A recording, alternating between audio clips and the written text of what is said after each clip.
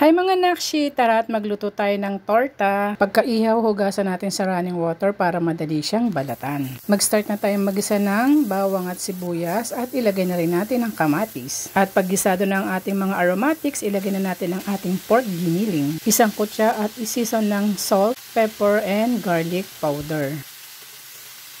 At kapag nakapag-render na siya ng fats, ilalagay na natin ang ating carrots.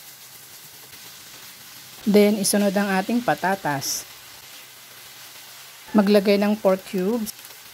At kapag malambot na ang carrots at patatas, maglagay ng toyo at ilagay na natin ang ating bell pepper. Then, takpan ng mga 2 minutes. At ayan, tapos na. Hahatiin natin yan into 2 parts. Yung kalahati para sa torta at yung kalahati ay gagawin nating lumpiang Shanghai. At lagyan natin ng konting harina at cornstarch. Lagyan ng itlog at make sure na isa-isa nating ilalagay yan para hindi masayang ang mixture kung sakaling sira ang itlog. Season uli ng toyo, pepper, and garlic powder. At ayan yung inihaw nating eggplant na lagyan natin ng ginisang pork giniling. Then, ready to fry na mga nakshi.